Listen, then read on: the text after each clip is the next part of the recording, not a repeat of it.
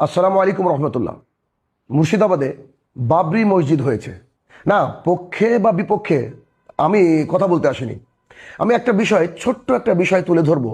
আর তা হচ্ছে, শুনেছি নাকি লক্ষ লক্ষ মানুষ সেখানে গিয়েছেন। যদি আমরা বুঝি যে সেখানে 2 লাখ, 3 লাখ, 5 লাখ, 7 লাখ মানুষ গিয়েছেন, কাউকে কি দেখেছেন কোনো মন্দিরের সামনে গিয়ে আল্লাহু আকবার স্লোগান দিতে, কিংবা কোনো মূর্তিকে ভেঙে ফেলতে, কিংবা কোনো সনাতন ধর্মাবলম্বী মানুষের সাথে খারাপ আচরণ করতে? দেখেননি তো, দেখবেনও না।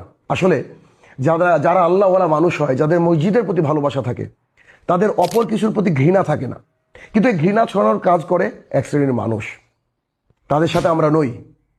এই যে লক্ষ লক্ষ মানুষ ভিত্তিপ্রস্তর স্থাপনে গেলেন, কিন্তু কারোর গায়ে একটু আঁচও পর্যন্ত পড়লো না, কোথাও কোনো আল্লাহু আকবার ধ্বনিতে মুখরিত হলো না কোনো মন্দিরের সামনে।